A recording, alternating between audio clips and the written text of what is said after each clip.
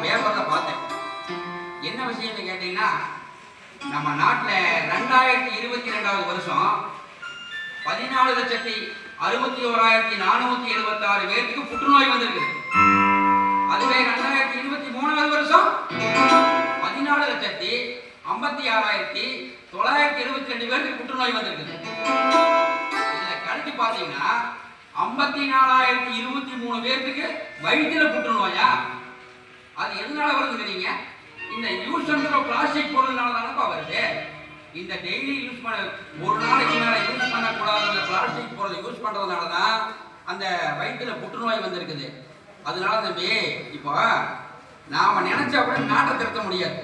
ஆனா நம்ம கண்ட்ரோல் இருக்கிற இந்த காம்பவுண்டையா திருத்தலாம் இல்லையா? சூப்பர்ண்ணா.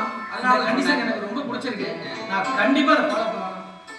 சரி தம்பி, அப்புறம் உங்க வீட்டுல